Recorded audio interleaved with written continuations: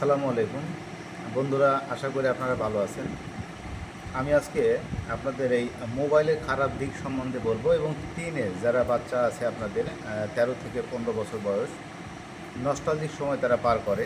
তো এই সময়গুলা আমরা আধুনিক এই প্রযুক্তিগত দিক থেকে পজিটিভ যে সাইডগুলা সেটাই নেব আমাদের বাচ্চাদের জন্য, আর খারাপ সাইডগুলো আমরা অ্যাভয়েড করব। তো এই অ্যাভয়েডটা কী করে করা যায়? আপনাদের বাচ্চাদের যারা যাদের বাসায় বাচ্চারা আছে তারা কিন্তু সময় কাটানোর জন্যই বলেন, বা বাচ্চার বাবা মা মানে আপনারা সময় কাটানোর নিমিত্তে তাদের হাতে ফোনগুলো তুলে দেন, যেন তারা ঝামেলা না করে। বিশেষ করে খাবার খাওয়ার সময় আপনারা এই ফোনটা হাতে দেন।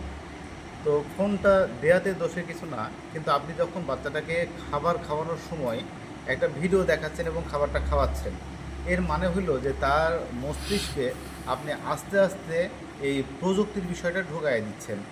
এই সময় হবে কি, সে মোবাইলে অ্যাডিক্টেড হয়ে যাবে। এক সময় আপনার বাচ্চা মোবাইল ছাড়া কিছুই বুঝবে না, তখন এটা গেম অ্যাডিকশান তৈরি হবে। তো এই গেম অ্যাডিকশান বা মোবাইল কম্পিউটারের অ্যাডিকশানটা যেন তৈরি না হয়, এই জন্যে আপনাদের বলবো, যারা অভিভাবক আছেন, আপনারা আপনাদের সময়টা বাঁচানোর জন্য বাচ্চাদের হাতে অবশ্যই মোবাইল ফোন বা ল্যাপটপ দিবেন না।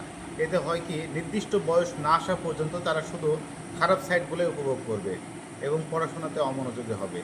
কাজেই এখনও যে বাচ্চাদেরকে আপনারা কন্ট্রোল করতে পারতেছেন না, অবশ্যই যে কোনোভাবেই হোক তাদের সাথে খেলার সাথে দেন। তারা বিকেলে অন্য বাচ্চাদের সাথে খেলবে, অর্থাৎ ন্যাচারাল বিষয়গুলোর উপর ডিপেন্ড করে যেন তারা টাইম পাস করতে পারে এবং প্রকৃতিগত বিষয় থেকেই যেন তারা কিছু শিখতে পারে।